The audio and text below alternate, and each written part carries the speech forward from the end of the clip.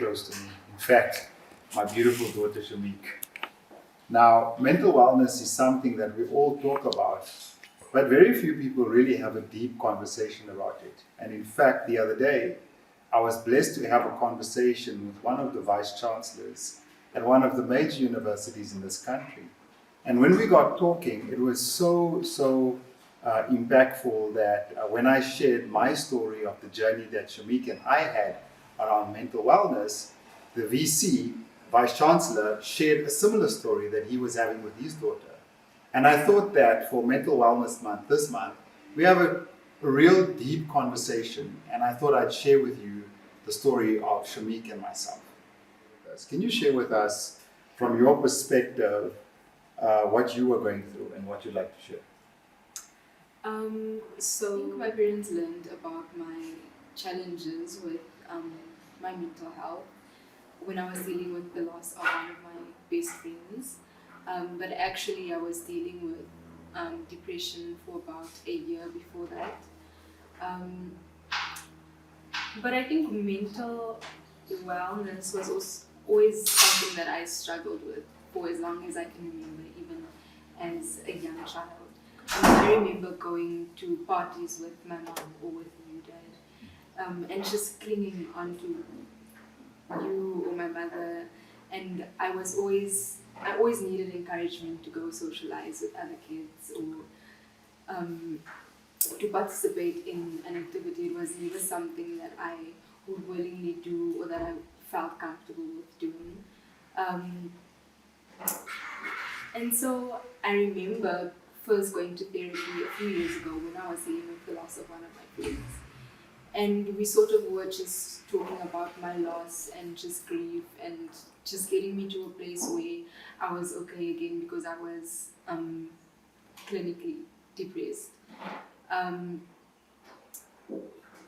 so when, like in my sessions, I never really thought about my mental health before I was dealing with the loss. I mean, it makes sense. Something huge has happened. So like that was sort of the thing that we were focusing on in that moment.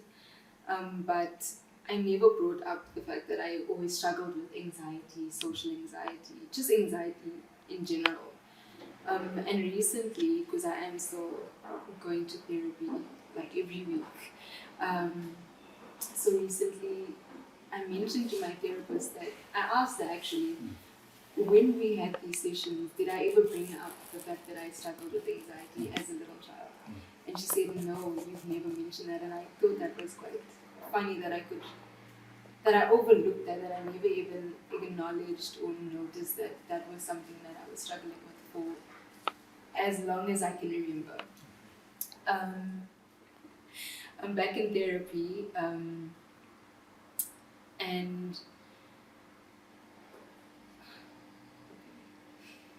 So let me help you. So again, whenever I have conversations with people, I like to create a teaching and a learning moment, right? And in the context of mental wellness, I'm also mindful that we've been blessed to be able to send you and for you to have your own psychologist to help you deal through this, right?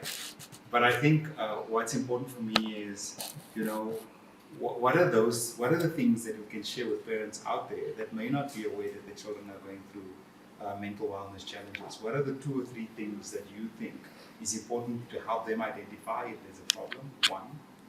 And 2, more importantly, what are the things that parents need to do to try and support their children?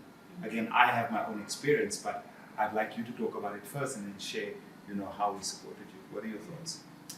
Okay, so earlier on I shared about my experience of anxiety and social anxiety and the fact that I was never really able to pick that up or, notice that that's something that I was struggling with. Okay.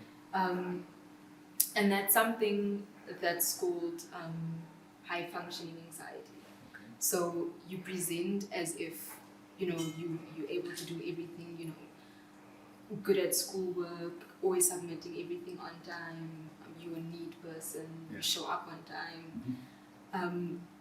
But in actuality, on the inside, that is not at all what, me or anyone else dealing with anxiety might be experiencing. you might think that, oh, my child is, always shows up on time, they always neat. And they do everything so perfectly, like literally it's like, they do everything to perfection. But on the inside, they're dealing with like crippling anxiety. Okay. So I think that it's also really important for one, parents, I think it's really important for parents and their kids to communicate about mental health. Okay. I think parents always check up on their children. Oh, how was your day? How are you doing? But I think it's really important to have that additional conversation about mental health and to teach their children about, how, like what mental illness looks like. Because typically when we think about a depressed person, we think about someone who's crying all day, laying in the dark, like in a dark room, not wanting to do anything. But sometimes that's not at all what it looks like. So I think it's very important to have that conversation and for parents to also just, read up on it, read up on mental health, what it looks like, how it can present in children, because how it presents in adults and how it presents in children is very different. So I hope that these conversation points are something that you can embrace. Very importantly, if you like the conversations we're having, please do reach out on the platform. Tell us what you want us to come have a conversation about. And I'll take some of my time to come and share with you and bring some of the life experiences that I've picked up over the last 20 or so odd years. So folks, thank you very much for joining us, and I really hope that you